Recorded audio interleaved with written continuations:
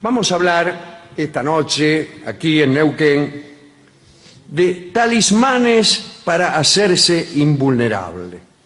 Tenemos algunos datos sobre estos asuntos. Cuentan por ahí que las tropas cristianas de la Edad Media, supongo yo en las cruzadas, eran palpadas, eran revisadas para saber si los soldados llevaban escondidos talismanes o amuletos que no tuvieran que ver con la ayuda natural que debería brindarles Dios.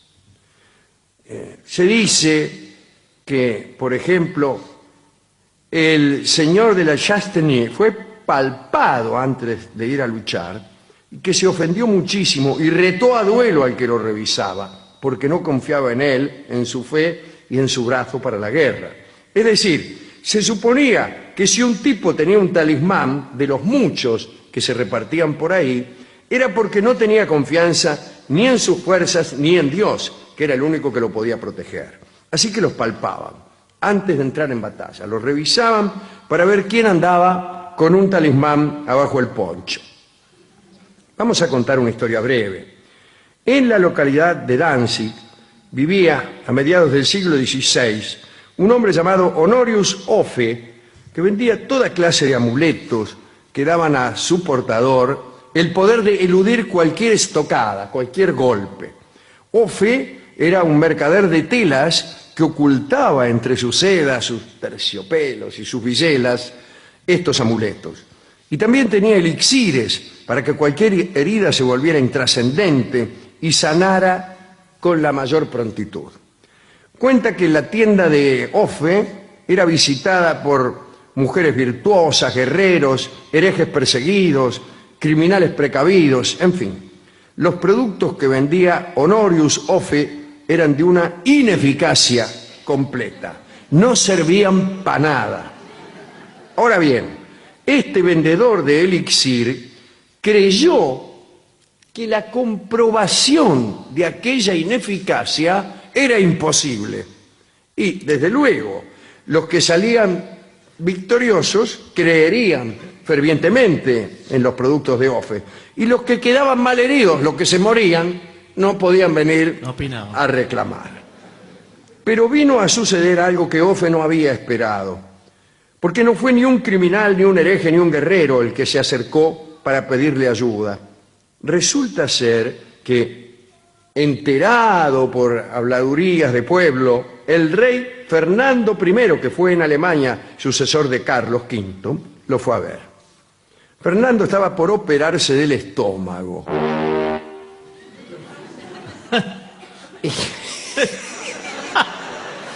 Le cambiaron el piano. O mejor dicho... Perdón, señora, perdón. Fernando estaba por operarse del estómago y estaba aterrorizado, naturalmente. Operarse del estómago en el siglo XVI daba más miedo que ahora, así que calcule. Sí. Y entonces Fernando pidió a Honorius Offe un licor para no sentir los dolores de una operación, que en aquel entonces eran tremendos.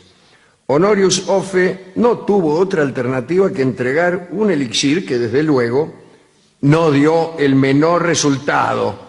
Fernando I padeció todos los horrores de la operación, pero sobrevivió. Y cuando pudo hacerlo, apresó a Offe y lo mandó al potro a darle tormento. Atorméntemelón a este. A ver si saca un amuleto. E incluso le ofreció civilinamente, antes de atormentarlo, sus propios productos para evitar los dolores. Y Offe ni siquiera los aceptó.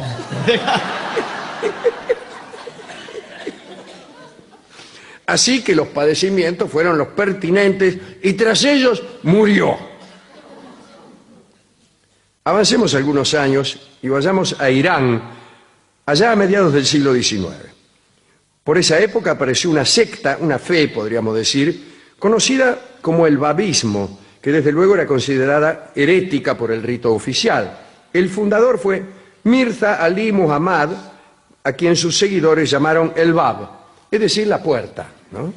Bab quiere decir puerta. Recuérdese el estrecho de Bab el Mandeb, que cierra el Mar Rojo. Bien. Mirza decía que él encarnaba la puerta entre el aquí y el más allá. Golpea que te van a abrir, le dirían los chuscos. Viajó a la Meca, Mirza, y anunció la inminente llegada de un ser de luz, encarnación divina. El Bab era el mensajero, una especie de profeta del futuro imán, al-Mahdi, el Mesías escondido, cuyo advenimiento esperaban los chiitas y del cual hemos hablado alguna vez.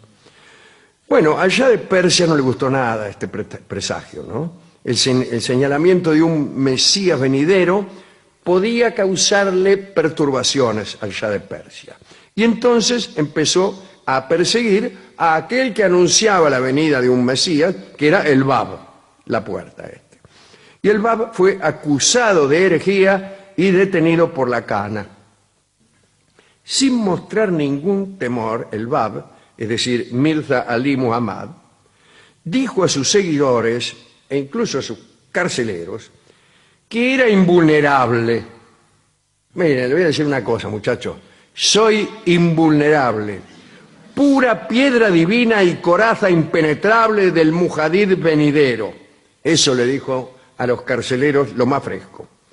El Shah entonces decretó la ejecución de Mirza, ejecución que tuvo lugar el 9 de julio de 1850 en Tabriz.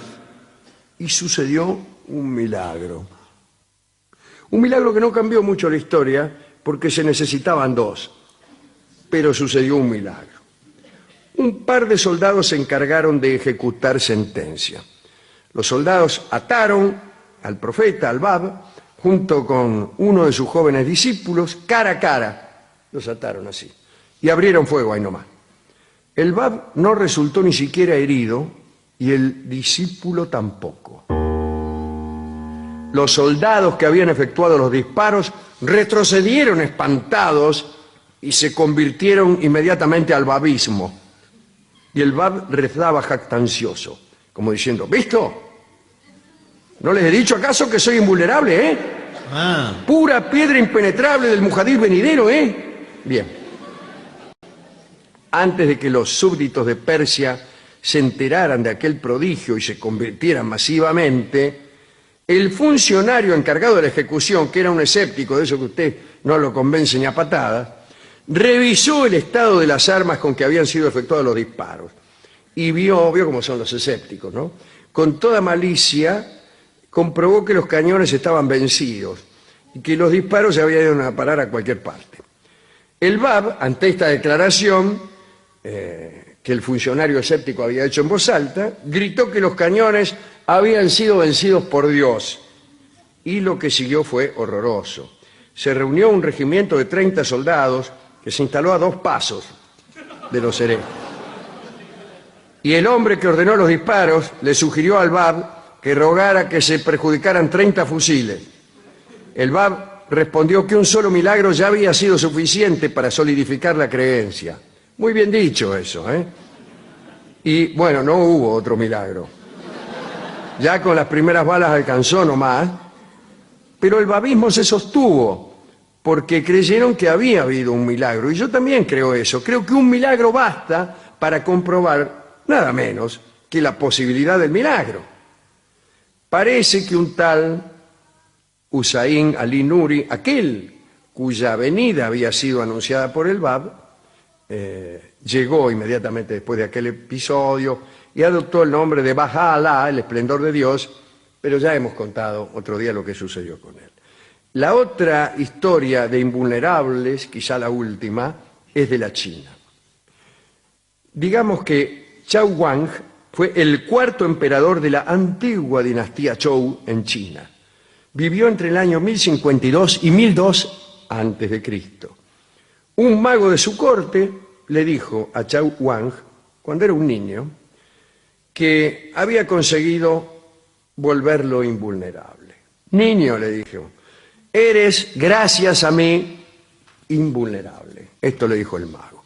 Y Chao Wang vivió contento toda su vida vivió contento, hasta que un día, en un paseo por los campos, se clavó una espina en el pie, le dolió y sangró. Y Chao Wang volvió triste a su casa y vivió triste el resto de sus años, sabiéndose engañado, sabiéndose vulnerable y sabiéndose mortal. Es una bella historia, muy linda. ¿A quién dedicar este catálogo de supuestas invulnerabilidades? A mí me gustó la última de Chao Wang. Y me gustan estas historias porque la historia de un tipo que la va de invulnerable y resulta vulnerado siempre es noble. Y uno entiende el dolor de Chao Wang.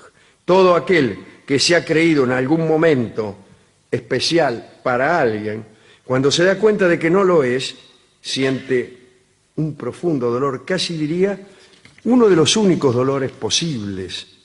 Podría de un modo decir, un modo cínico, ¿no? Decir que toda historia es eso, es creer que uno ocupa un lugar y descubrir que uno ocupa otro. En la historia cualquier historia dramática se describe así. Estoy escribiendo una novela, dice un tipo. ¿Cómo es?, pregunta usted. El tipo contesta, es muy simple. Un señor ocupa un lugar, pero cree que ocupa otro. Ajá, dice, qué interesante. Sí, sí, dice, esa es la novela que estoy escribiendo. Por ejemplo, un hombre ocupa un lugar, a saber, es un pobre loco de una aldea manchega. Ese es el lugar que ocupa. Pero cree ocupar otro, el de un caballero andante. No está mal, ¿no? Está muy bien, puede funcionar. No, es una buena novela. Sí. Otra novela, acerca de alguien que ocupa un lugar y cree que ocupa otro. Una dama, esposa de un maestro de provincia, llamado Charles Bovary, ocupa un lugar, a saber, el de esposa de un maestro de provincia, pero cree ocupar otro, reina del corso. Y esa también es una buena novela. Sin embargo, a la tercera novela inventamos esto.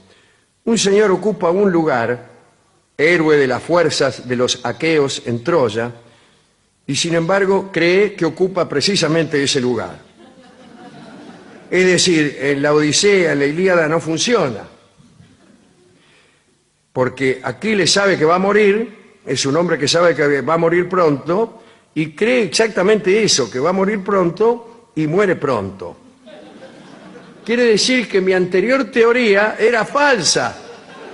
Es decir, que yo creía ocupar un lugar, a saber, el de un señor que había inventado una teoría, y ocupo otro, el de un señor que no ha inventado ninguna. De todos modos, nuestra dedicatoria está reservada a los que ocupan un lugar creyendo ocupar otro. Yo voy a agregar una brevísima historia, que es la historia del mejor amuleto o el mejor talismán que se ha construido nunca. Y era el caldero que tenían los irlandeses. Tenían un caldero en el que hacían hervir a los soldados muertos en batalla. ¿Quién va a tener miedo así? Te podían matar 5 o 6 veces la misma tarde. Te echaban en ese guiso y salías vivito y coleando, por no decir otra cosa. Ese era el caldero mágico de los irlandeses. Y ese, si yo tuviera que elegir un talismán, es el amuleto que yo elegiría. Hemos ido a la discoteca, le hemos explicado todas estas historias, y al discotecario también le gustó el caldero, ese guiso en el que los irlandeses hacían hervir a sus muertos, que luego resucitaban y volvían a la batalla una y otra vez. Y entonces me dijo que había un tango que seguramente había sido compuesto pensando en ese caldero. Y es este que vamos a oír ahora, que se llama Pucherito de Gallina, y que canta inmediatamente Edmundo Rivero.